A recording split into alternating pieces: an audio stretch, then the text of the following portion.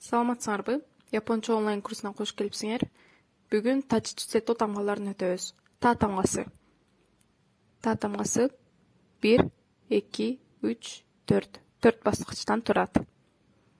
Жазылышы боюнча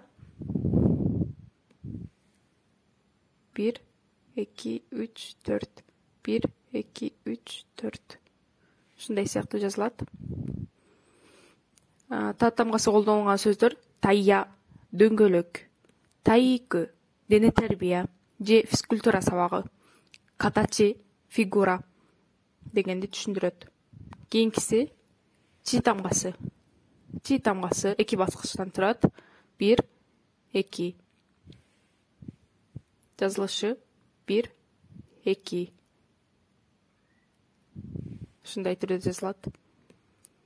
Чи тамгасы колдонулган сөздөргө чи бул кан дегенди түшүндүрөт.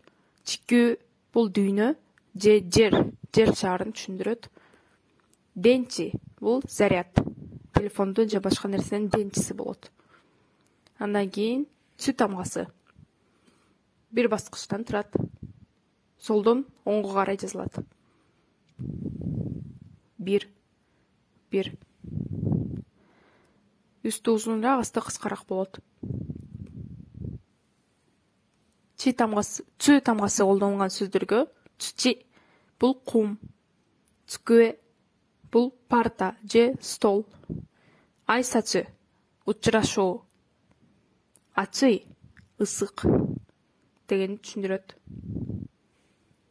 Те тамгасы бул да 1 баскычтан турат. 1. Жазылышы боюнча ушундай түрдө жазылат. Солдон оңго карай, андан кийин астына карай. Те тамгасы колдонулган сөздөр тегами, кат. Те деген кол дегенди түшүндүрөт. Тенки аба ырайы, асатте бүрсүгүнү. Андан кийинки то тамгасы 2 баскычтан турат. 1, 2. 1, 2. 1, 2. То тамгасы колдонулган сөздөр томато, помидор, ито, жип, сато, сахар же кумшекер, сето, окуучу дегенди түшүндүрөт.